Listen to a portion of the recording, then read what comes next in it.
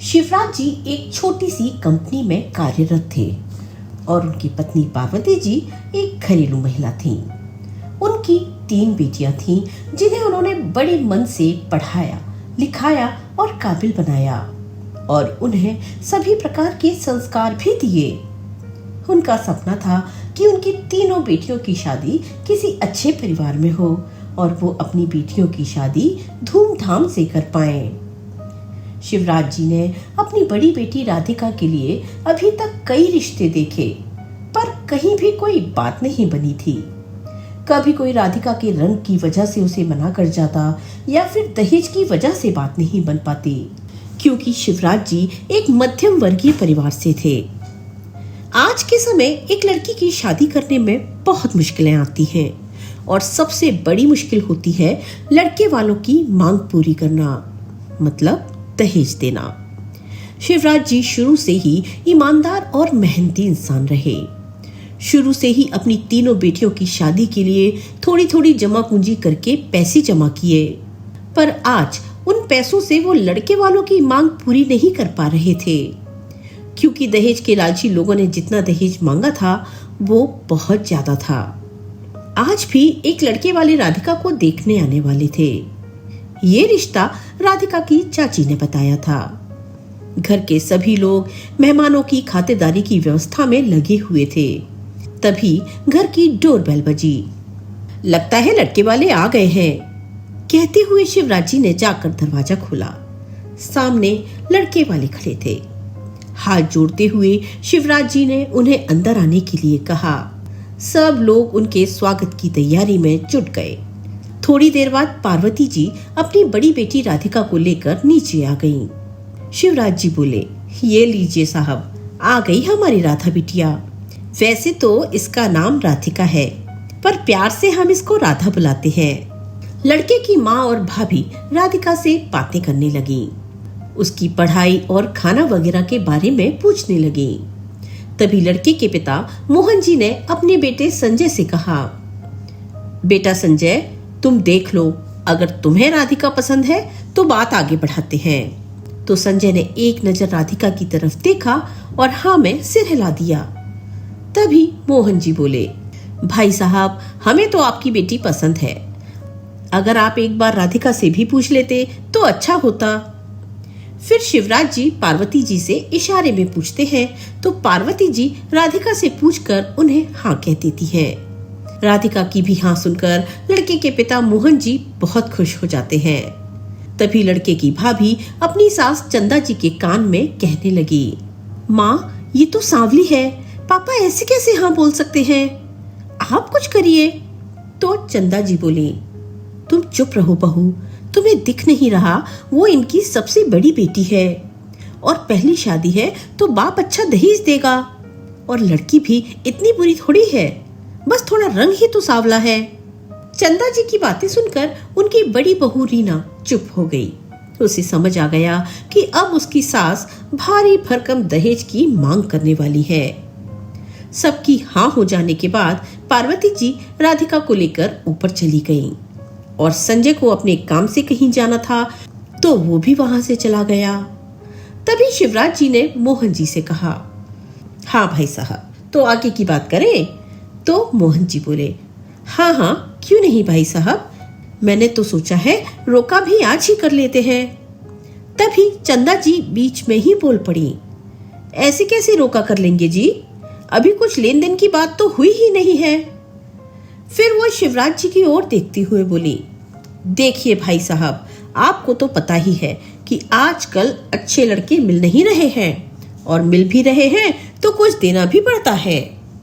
उनकी आवाज सुनकर पार्वती जी नीचे आ गईं। चंदा जी कह रही थी, देखिए, मेरा बेटा सीए है और एक इंटरनेशनल कंपनी में काम करता है और एकदम खरा सोना है, तो उस हिसाब से आपको देना भी पड़ेगा। वैसे तो आजकल सभी अपनी बेटी को अच्छा ही देते हैं, ज्यादा कुछ नहीं, बस आप भी 10 लाख की कार और 11 लाख कैश दे दीजिएगा।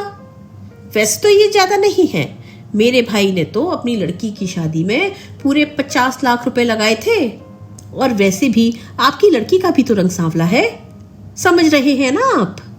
चंदा जी की मांग सुनकर शिवराज जी और पार्वती जी एक दूसरे की तरफ देखने लगे और मोहन जी और उनकी बड़ी बहू चुपचाप बैठे रहे, क्योंकि घर में चंदा जी की ही चलती थी।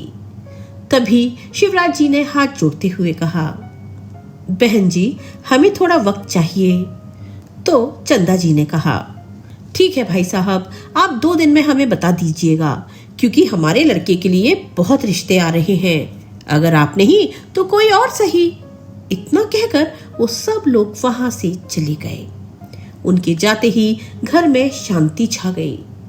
शिवराज जी चुपचाप अपनी कुर्सी पर बैठ गए। तभी राधिका की चाची ने कहा, देखिए भाई साहब, अगर अच्छा लड़का देखेंगे तो दहेज तो देना ही पड़ेगा, और लड़के में कमी ही क्या है। अच्छा खासा कमाता है, अच्छी खासी नौकरी है, अच्छा घर है।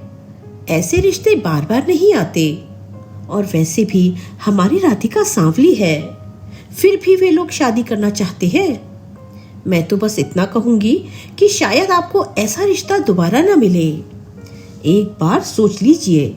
हम मैं चलती हूँ, बच्चों के स्कूल से आने का टाइम हो गया है, उनके लिए खाना भी बनाना है। सरिता की बातें सुनकर शिवराज जी गहरी चिंता में बैठ गए। तभी पीछे से पार्वती जी ने उनके कंधे पर हाथ रखते हुए कहा, सुनिए जी, चिंता मत करिए, भोलेनाथ की कृपा से सब अच्छा होगा। तो शिवराज जी बोले, कैसे चिंता न करे पार्वती, एक तरफ से देखे तो सरिता की बात भी सही है। बहुत से रिश्ते देख लिए, पर सब जगह से पैसों की वजह से ही बात बिगड़ जाती है। लोग तरह तरह की बातें करते हैं। तो पार्वती जी बोली, क्यों ना हम वो स्टेशन रोड वाली जमीन बेच दें? ज्यादा नहीं तो 20 लाख का इंतजाम तो उससे हो ही जाएगा। और कुछ हमने जमा कर रखा है, हमारी मानिए तो हाँ कर दीजिए। अपनी पत्नी की बात सुनकर शिवराज जी बोले, अगर स्टेशन रोड वाली जमीन बेचेंगे तो हमारे पास बस ये घर रह जाएगा, और कुछ सालों बाद सीमा और रचना की भी शादी करनी है, तो फिर उनकी शादी कहाँ से करेंगे? पार्वती जी बोली, अरे जब उनकी शादी करेंगे तब देखा जाएगा, पर अभी हमें राधिका के बारे में सोचना है। राधिका की चाची ने सही कहा है, लड़का एकदम सही है, घर भी सही है, ऐसा रिश्ता बार बार नहीं मिलता, इसीलिए आप ये रिश्ता पक्का कर दीजिए। पार्वती जी की बात सुनकर शिवराज जी बोले, चलो अगर हमने शादी के लिए हाँ कर भी दी तो तुम्हें क्या लगता है हमारी राधा मान जाएगी? अरे जब उसे पता चलेगा कि हमने उसकी शादी के लिए स्टेशन रोड वाली जमीन बेच दी है तो वो कभी शादी नहीं करेगी। अरे तो हम उसको बताएंगे नहीं ना कि हमने जमीन बेच दी। पार्वती जी ने कहा तो शिवराज जी बोले, चलो अगर तुम अभी नहीं बताती हो और उसकी शादी भी कर देती हो और उसे बाद में पता चला तो फिर भी वो कभी खुश नहीं रह पाएगी। वो हमेशा यही सोचती रहेगी कि हमने उसके लिए जमीन भी बेच दी और कर्जा भी कर लिया। तो पार्वती जी बोली, शादी हो जाने के बाद हम राधा को समझा देंगे, पर आप सोचिए अगर राधा की शादी उस घर में हो गई तो वो कितनी सुखी रहेगी। तो शिवराज जी बोले, ये बात तो सही है तुम्हारी, तो हम उन लोगों को हाँ कर देते हैं। एक काम करो, तुम सरिता को फोन करके हाँ बोल दो, वो लड़के वालों से बात कर लेगी। पार्वती जी ने जल्दी से अपनी देवरानी सरिता के पास फोन किया और कहा कि राधिका के पापा इस रिश्ते के लिए मान गए हैं, तुम उन लोगों से बात करके उनको हाँ बोल देना। अब दोनों परिवार शादी के लिए राजी हो गए। कुछ दिन बाद सगाई हो गई और 1 महीने बाद का शादी का मुहूर्त निकला। और इस बीच राधिका और संजय को दहेज के बारे में कुछ पता नहीं चला।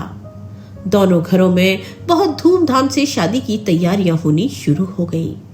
शादी वाले दिन वेडिंग प्लेस को देखकर शिवराज जी की आंखों में नमी आ गई, तो पार्वती जी भी आंखों में नमी लिए मुस्कुराकर बोली, क्यों जी इतनी जल्दी रोने लग गए?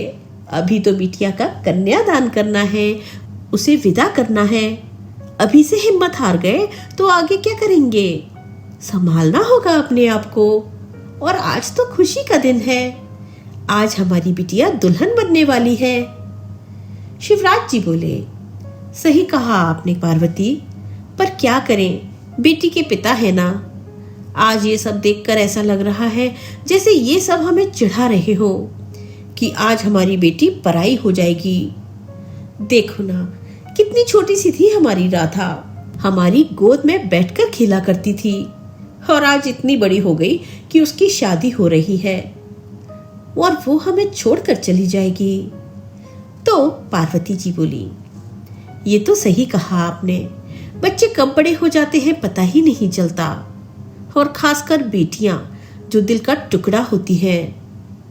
पर ये तो विधि का विधान है जी, सबको एक ना एक दिन अपने घर जाना ही पड़ता है।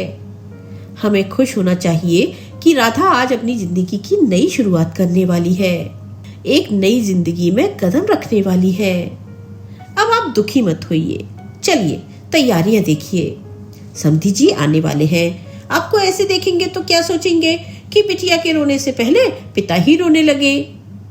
तो शिवराज जी अपने आंसू साफ करते हुए वहां से चले गए। लेकिन जब शाम को राधिका तैयार होकर आई तो शिवराज जी अपनी छोटी सी परी को लाल रंग के जोड़े में देखते ही अपनी भावनाओं पर काबू नहीं कर पाए और उनकी आंखों में से फिर से आंसू छलक आए। पापा की आंखों में आंसू देखकर राधिका की भी आंखें नम हो आईं। पापा बेटी को ऐसे दुखी होते देखकर पार्वती जी की भी आंखें नम हो गईं। फिर भी खुद को संभालते हुए बोली, क्या जी, आपने हमारी बिटिया को रुला दिया। राधा, रोती नहीं बेटा, अभी शादी है ना, देखो सारा मेकअप खराब हो जाएगा। चलो चुप हो जाओ, और आप भी ना अब चुप हो जाइए। शिवराज जी अपने आप को रोक नहीं पाए और वहां से बाहर चले गए, क्योंकि बारात आने का समय हो गया था। थोड़ी देर में बारात भी आ गई और खूब धूमधाम से वेडिंग प्लेस तक पहुंच गई। सब लोगों ने बारात का खूब आदर सम्मान किया। तभी लड़के की माँ चंदा जी शिवराज जी के पास आई और बोली, भाई साहब, आपको याद है ना, हमने क्या कहा था कि जब पैसे हमारे पास आ जाएंगे फिर ही शादी की रस्में शुरू होंगी। तो शिवराज जी बोले, जी बहन जी, हमें याद है। पार्वती जी, जाइए और अलमारी से पैसे निकाल कर ले आइए। जी, हम अभी लेकर आते हैं। पार्वती जी अपने रूम में जाकर अलमारी खोलने लगी, लेकिन जैसे ही उसने अपनी अलमारी खोली तो हैरान रह गई, क्योंकि उसमें से पैसे गायब थे। हे भोलेनाथ, हमने तो पैसे यही रखे थे, कहाँ गए पैसे? अब क्या होगा? हम क्या जवाब देंगे इनके पिताजी को? अगर पैसे नहीं मिले तो राधा की शादी भी नहीं होगी। पर नहीं, ये नहीं हो सकता, हमें कुछ करना पड़ेगा। ऐसा करते हैं, पहले राधिका के पापा को अकेले में बुलाकर सब कुछ बता देती हूँ। क्या पता पैसे उन्होंने कहीं निकाल कर रख दिए हों। परेशान होकर पार्वती जी रूम से बाहर आ ही रही थी कि तभी शिवराज जी वहां आ गए और कहने लगे, पार्वती, तुम्हें कितनी देर हो गई? तुम अभी तक पैसे लेकर क्यों नहीं आई?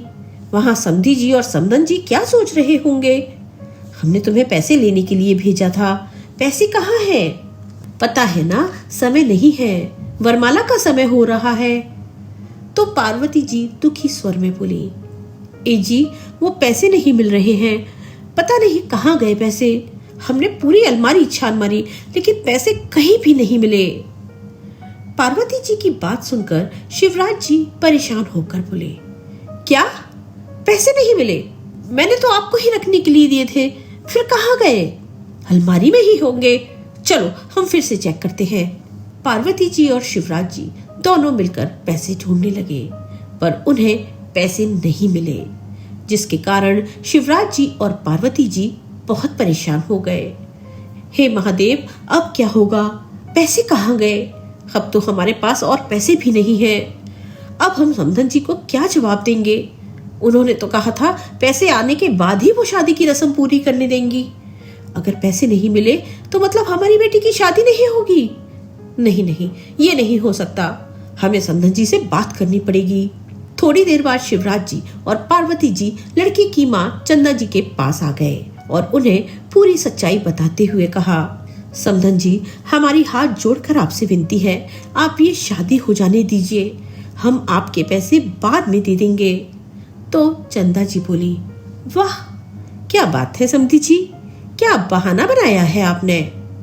हमने पहले ही साफ शब्दों में कह दिया था कि हमें पैसे शादी से पहले चाहिए।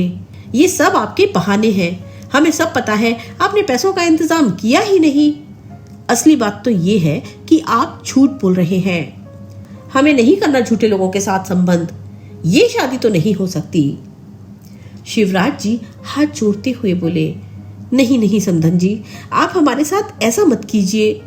हमारा नहीं तो हमारी बेटी का सोचिए, उसका क्या होगा। आप ये शादी हो जाने दीजिए, उसके बाद हम कहीं से भी आपके पैसों का इंतजाम कर देंगे। और हम झूठ नहीं कह रहे, हमने आपके पैसों का इंतजाम किया था, पर पता नहीं पैसे कहाँ चले गए। इसके लिए हमने अपनी स्टेशन रोड वाली जमीन भी बेच दी और कुछ पैसे उधार भी लिए थे, पर पता नहीं वो कहाँ गए। शादी हो जाने दीजिए बहन जी। अगर आज हमारी बेटी बिन ब्याही मंडप पर रह गई तो वो जीते जी मर जाएगी। तभी पार्वती जी भी हाथ जोड़ती हुए बोली, हाँ समधन जी, ये ठीक कह रहे हैं। कृपया आप ऐसा मत कीजिए। हम कुछ भी करके आपके पैसों का इंतजाम कर देंगे, पर आप हमारी बिटिया के साथ ऐसा मत कीजिए। तभी चंदा जी गुस्से में बोली, इंतजाम कर देंगे का क्या मतलब हुआ? हमने ये बात पहले ही कहती थी कि हमें पैसे शादी वाले दिन ही चाहिए। अगर आपको अपनी बेटी की इतनी फिक्र होती तो पैसों का इंतजाम करके रखते, ना कि ये बहाना बना रहे होते। अपने पास रखो अपनी बेटी को। चलिए जी, हम चलते हैं। चंदा जी ने अपने पति मोहन जी की तरफ देखते हुए कहा तो शिवराज जी ने आंखों में पानी लिए अपने सर की पगड़ी उतारी और मोहन जी के पैरों में रखते हुए बोले, समधी जी, आप ऐसा मत कीजिए, प्लीज आप ही समझाइए समधन जी को। तो मोहन जी बोले, चंदा, जब ये कह रहे हैं कि पैसों का इंतजाम बाद में कर देंगे तो शादी हो जाने दो ना। उन्होंने इतना तो दे ही दिया है ना। तो चंदा जी बोली, हाँ ठीक है, हम आपकी बेटी को हमारे घर की बहू बनाने के लिए तैयार हैं, लेकिन एक शर्त पर। अगर आप ये शर्त पूरी कर देते हैं तो हमें कोई आपत्ति नहीं है इस शादी से। तो शिवराज जी खड़े होकर बोले, हाँ ठीक है समधन जी, आप जो कहेंगी हमें मंजूर है, बस ये शादी हो जाने दो। तो चंदा जी बोली, ठीक है, फिर हमारी शर्त यह है कि आप जिस घर में रहते हैं उस घर के कागज हमें दे दीजिए। हम ये नहीं कह रहे हैं कि आप ये घर हमें दे दें, बस हम ये कह रहे हैं कि जब तक आप हमें पैसे नहीं दे देते तब तक इस मकान के कागज हमारे पास रहेंगे। जब आप हमें हमारी रकम दे देंगे तो आप कागज ले सकते हैं। चंदा जी की ये बात सुनकर पार्वती जी और शिवराज जी की आंखों में आंसू आ गए, पर उस वक्त उनके पास और कोई रास्ता भी नहीं था, क्योंकि उनकी बिटिया दुल्हन बनकर कमरे में बैठी थी और बाहर बारात खड़ी थी। इसीलिए शिवराज जी बोले, हाँ ठीक है समधन जी, हम आपको अपने मकान के कागज दे देते हैं। पार्वती जी अपने देवर के साथ जाकर घर से कागज लेकर आ गईं और लाकर चंदा जी के हाथ में थमा दिए। तो चंदा जी खुश होते हुए बोले, अब चलिए, देर मत कीजिए, वरमाला का समय हो गया है। उधर राधिका की छोटी बहन रचना ने उनकी वो सारी बातें सुन ली और उसने जाकर अपनी बहन राधिका को सारी घटना सुना दी, जिसे सुनते ही राधिका कमरे में घुसकर जोर जोर से रोने लगी और चिल्लाने लगी, क्यों पापा, क्यों आपने हमसे इतना बड़ा सच छुपाया? इतना कुछ अकेले ही सहते रहे। आपने क्या सोचा ये शादी करके हम खुश हो जाएंगे? नहीं पापा, बिल्कुल नहीं। तभी उसकी छोटी बहन रचना कहने लगी, लेकिन दीदी, बाहर मम्मी लोग सब आपका इंतजार कर रहे हैं, अब हम क्या करेंगे? तो राधिका ने अपने आंसू पोंछे और बोली, मुझे नहीं करनी ये शादी। जिस शादी की वजह से हमारे पापा ने अपना सब कुछ दांव पर लगा दिया, नहीं करनी हमें ऐसी शादी। दोनों बहनें ये बातें कर ही रही थी कि तभी दरवाजे के खटखटाने की आवाज आई। तो राधिका और रचना ने जल्दी से अपने आंसू पोंछे और दरवाजा खोला। देखा तो सामने पार्वती जी खड़ी थी। अरे बिटिया, चलो जल्दी, संजय वहां स्टेज पर आपका इंतजार कर रहा है। उस समय तो राधिका ने अपनी माँ को कुछ कहना ठीक नहीं समझा और वो माँ के पीछे पीछे चल दी। वो चुपचाप स्टेज पर आ गई और वरमाला की रस्म शुरू हो गई। पहले संजय ने राधिका को माला पहनाई, लेकिन राधिका चुपचाप खड़ी रही। वो अपने ही ख्यालों में खोई हुई थी। तो पार्वती जी ने उसके पास आकर कहा, राधा बेटा क्या हुआ, माला डालो, संजय कब से तुम्हारा इंतजार कर रहा है। तभी राधिका ने माला डालने के लिए अपने हाथ आगे बढ़ाए, लेकिन बीच में ही रुक गई और स्टेज से नीचे उतरकर अपने पापा के सामने जाकर खड़ी हो गई।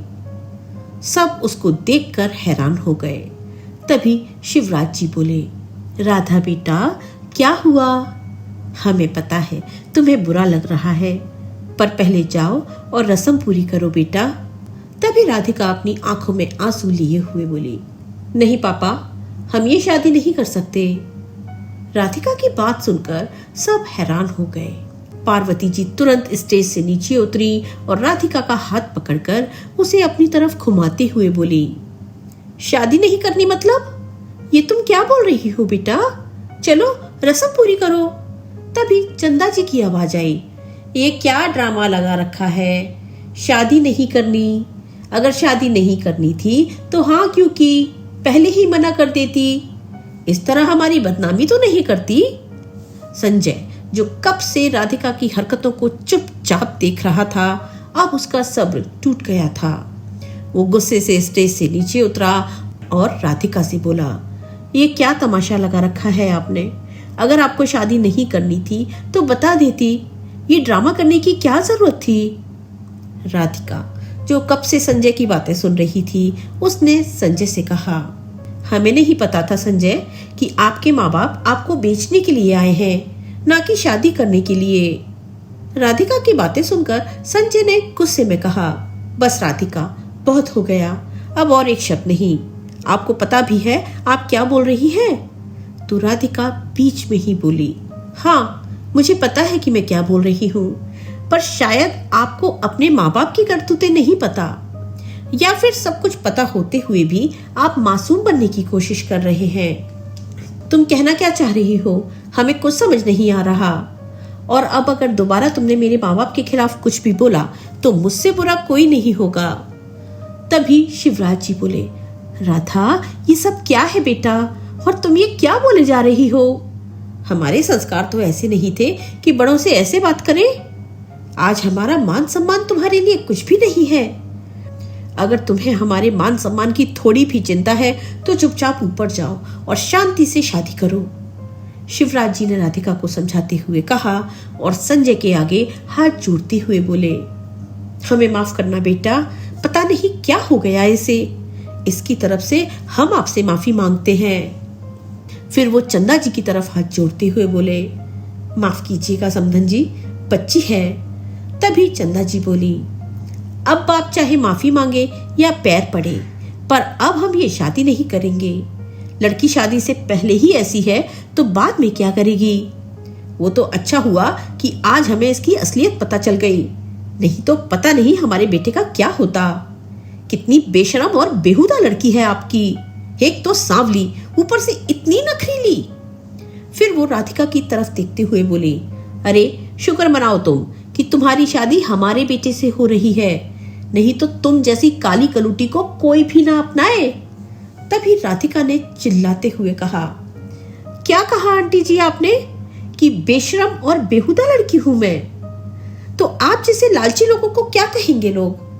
और क्या कहा आपने, हम सांवले हैं तो हमसे कोई शादी नहीं करेगा। अगर आप हम पर एहसान कर रही हैं शादी करके, तो मेरी बात कान खोलकर सुन लीजिए, नहीं करनी हमें ये शादी जिसकी वजह से मेरे पापा को अपना मान सम्मान खोना पड़े। हमारा रंग भले ही सांवला है, पर आपकी तरह काले दिल के नहीं है हम। अरे शर्म आनी चाहिए आपको, एक बाप की मजबूरी का खूब फायदा उठाया आपने। अरे खुद औरत होते हुए दूसरे की बेटी के बारे में नहीं सोचा। राधिका की बातें सुनकर चंदा जी एकदम से चुप हो गई।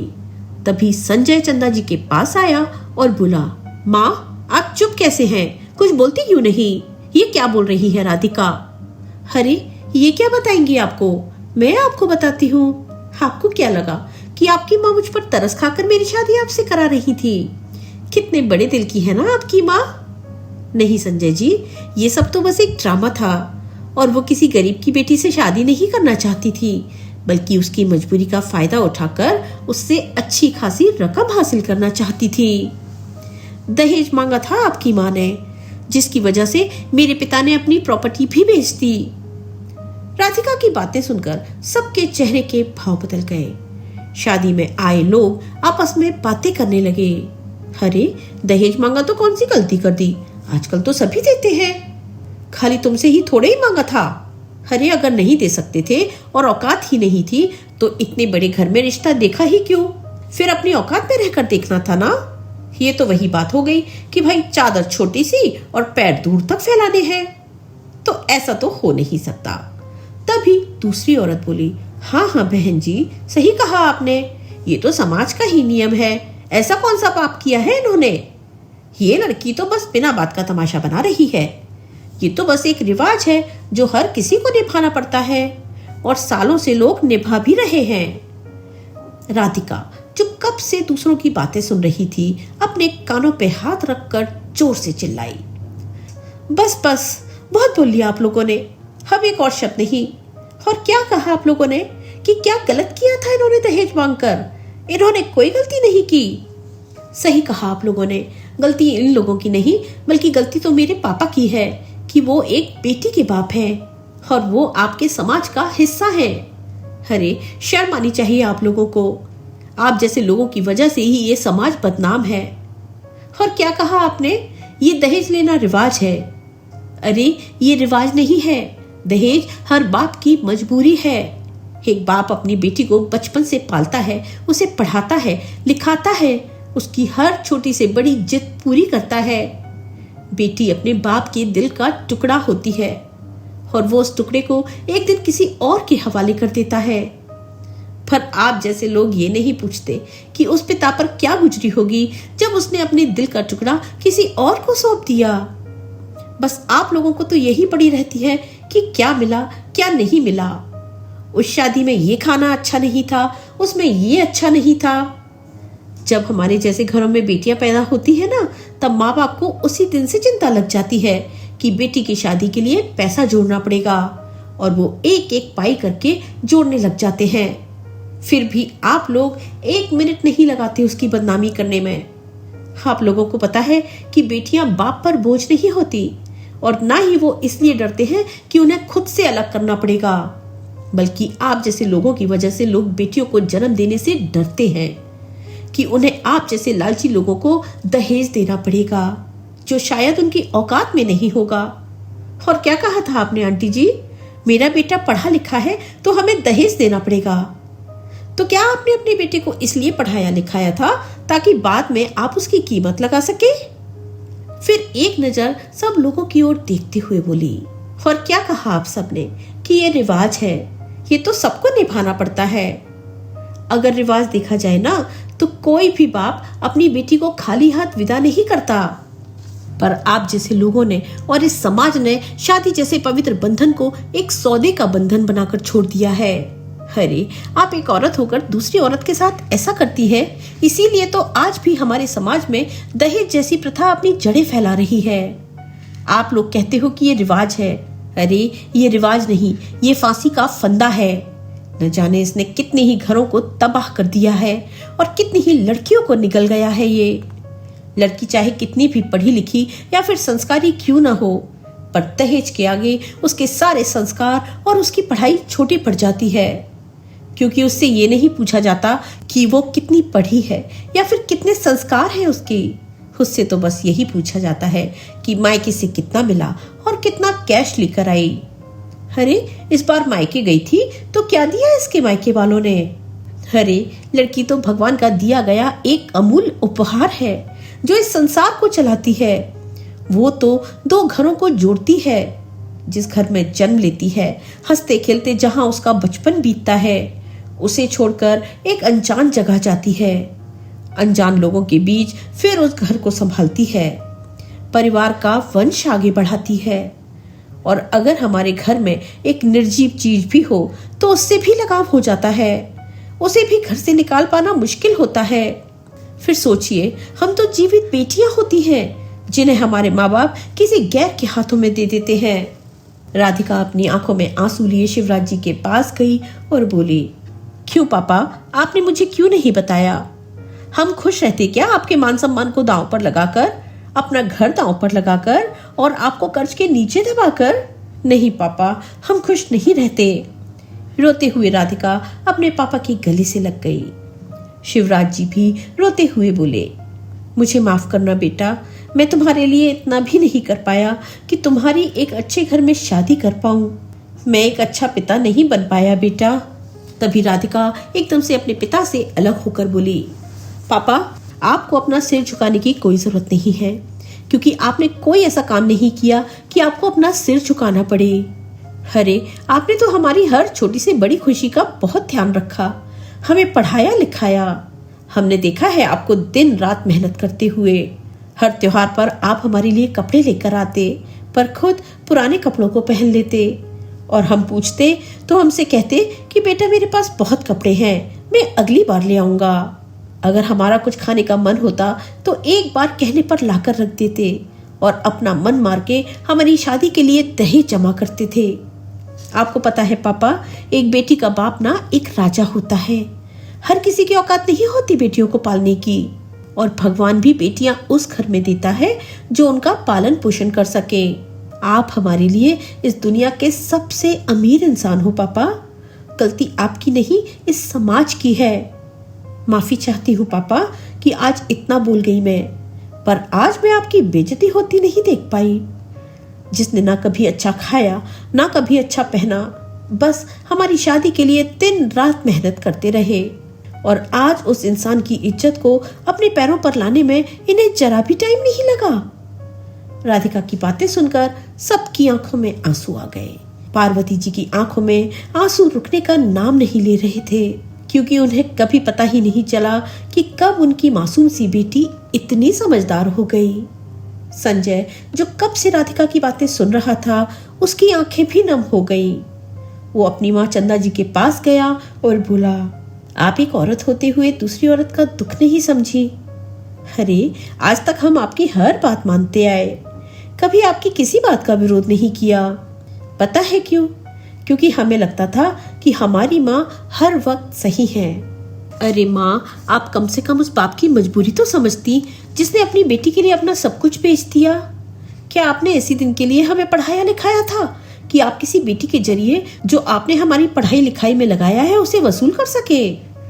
अरे, हमें खुद अपने आप पर शर्म आ रही है आज। तभी चंदा जी संजय से बोली, बेटा मुझे माफ कर दे, आज मुझे खुद पछतावा हो रहा है कि मैं सही गलत की पहचान नहीं कर पाई। ये सोच ही नहीं पाई कि वो किसी की बेटी है, उस पर क्या बीत रही होगी। माफ कर दे बेटा मुझे।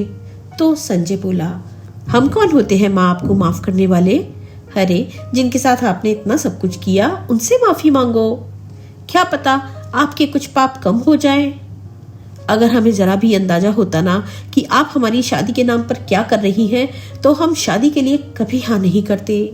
कहते हुए संजय शिवराज जी और राधिका के पास गया और हाथ जोड़ते हुए बोला, माफ कीजिएगा अंकल जी, हमें नहीं पता था कि हमारी माँ ने आपके साथ ये सब किया है। अब तो हम कुछ नहीं कर सकते, बस आपसे माफी मांग सकते हैं। प्लीज हमें माफ कर दीजिए। हम अपनी माँ की तरफ से बहुत शर्मिंदा हैं, पर हमारा यकीन मानिए, हमें सच में कुछ नहीं पता था इन सब के बारे में। शिवराज जी संजय के हाथों को नीचे करते हुए बोले, नहीं बेटा, तुम्हारी कोई गलती नहीं थी, तुम्हें ये सब करने की जरूरत नहीं है। तभी संजय बोला, अगर आपने हमें माफ कर दिया तो फिर हम राधिका से शादी करना चाहते हैं, वो भी बिना किसी दहेज, बिना किसी के लिए शिकवे के। संजय की बातें सुनकर सब लोग हैरानी से उसको देखने लगे। तभी संजय बोला, हमें पता है कि आप सबके मन में क्या चल रहा है, यही ना कि इतना सब कुछ हो जाने के बाद भी हम शादी करना चाहते हैं। पर हम आपको सच बताएं तो हमें एक ऐसे ही हम सफर की जरूरत थी जो सही को सही और गलत को गलत कह सके, जो हमारे कदम से कदम मिलाकर चल सके। और आज राधिका ने गलत के खिलाफ खड़े होकर दिखा दिया कि लड़कियां कमजोर नहीं होती, क्योंकि औरत कभी कमजोर थी ही नहीं। सीता माता को ही देखो, अपने आत्मसम्मान के लिए धरती में समा गई, लक्ष्मीबाई जो अपने राज्य की गरिमा के लिए अंग्रेजों से भिड़ गई।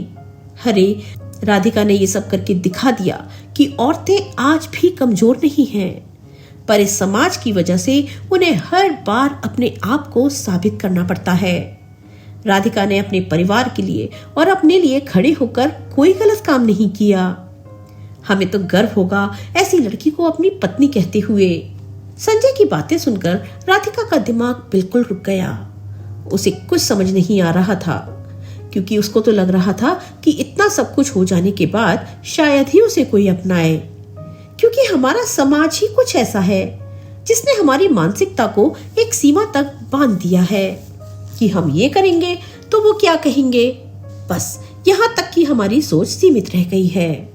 राधिका ने एक नजर संजय को देखते हुए अपना सिर ऊपर उठाकर शिवराज जी की तरफ सवाल भरी नजरों से देखा।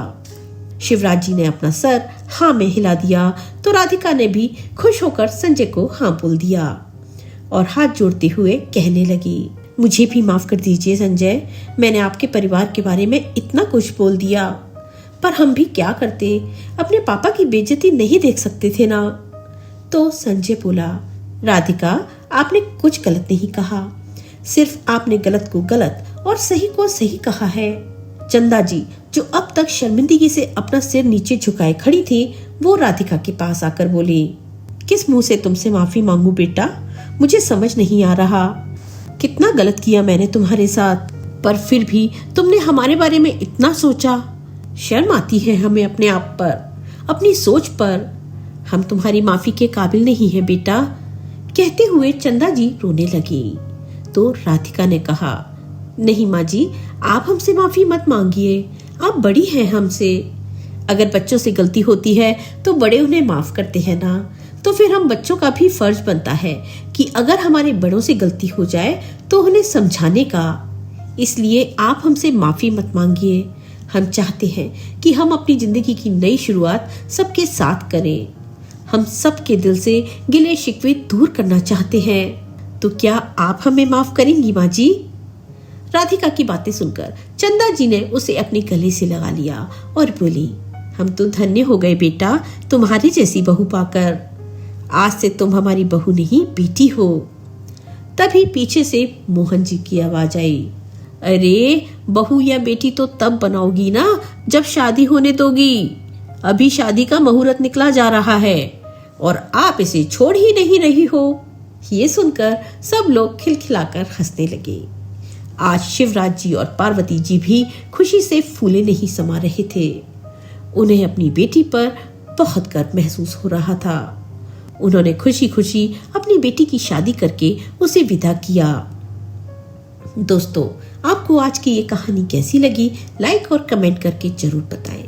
अगर आप हमारे चैनल पर पहली बार आए हैं तो चैनल को सब्सक्राइब करना बिल्कुल ना भूलें। मिलते हैं एक नई कहानी के साथ।